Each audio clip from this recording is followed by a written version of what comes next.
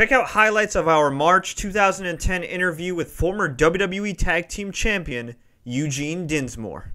Well, I grew up in Louisville, Kentucky, and Danny Davis, the Nightmare Danny Davis, had a school there, which was Ohio Valley Wrestling. And I signed up about 1996. I was 20 years old, and I just wanted to try it out just to see if I could do it. They had no affiliation with WWE at the time that I knew of. And I wrestled there for about 2 or 3 years. I was wrestling with Rip Rogers, a great legend. He's the one who taught a lot of the guys in the ring at OVW, and Danny was more like he was the instructor, the teacher. So it was a good education. And then about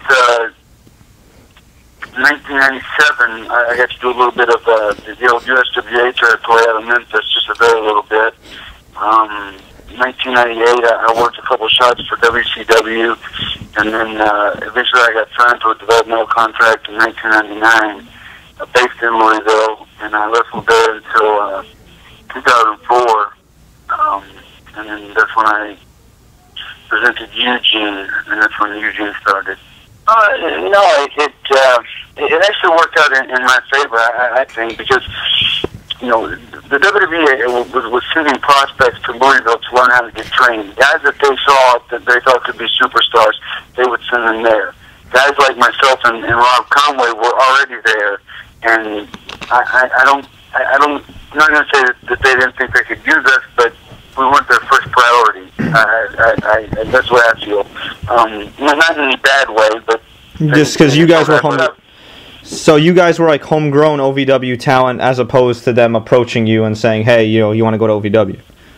Yeah. Okay. And so, but in the time that I was there, I mean, I wrestled for 8 years. I got 8 years of experience wrestling as a first match guy, wrestling as a main event guy, wrestling in live events, television. I had a wealth of knowledge that when I was presented with an opportunity with WWE, it was just second nature to me.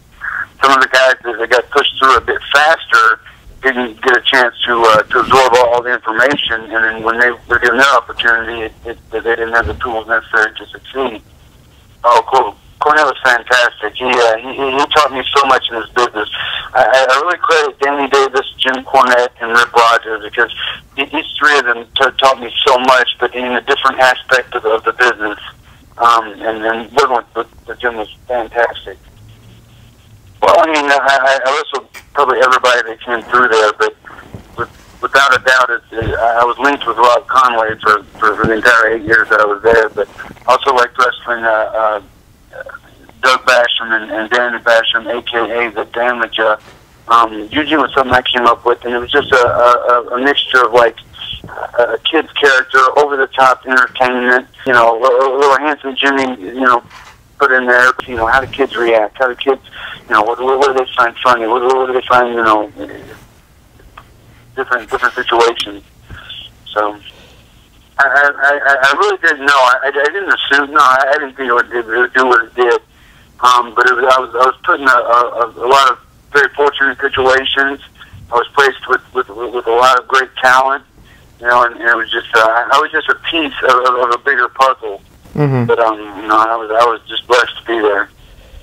Oh, it was enormous. He helped me with my in ring. Like I said, I consider my OVW trainers definitely to be Danny, Rip, and Jim Cornette. But once I got to WWE, William Regal kind of took me under his wing. We would ride together. We would go to the gym together, and we became very good friends.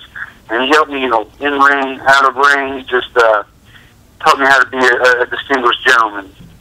Yeah, without a doubt. I mean, it's just it depends on what the talent brings to the table and what the company's willing to give the talent. I mean,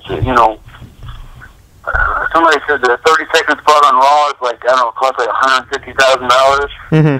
So if you're willing to give somebody 2 minutes, 3 minutes, 4 minutes on Raw, that's a lot of money you're investing in somebody. And the talent really has to bring something to the table for the company to put that much on. And mm-hmm. That being said, I truly believe that a lot of more could have been done, but it's just the way it goes sometimes. No, it's definitely going to stay with Eugene. The selective wrestling fans might know who Nick Dinsmore is, but the WWE universe that watched in that time period knew who Eugene was. I wouldn't stray from that. But as far as what they did with the character, I mean, you also have to look. You've only got so much TV time per week, you know, and to invest again to invest that TV time in one person, you just have to rotate it around.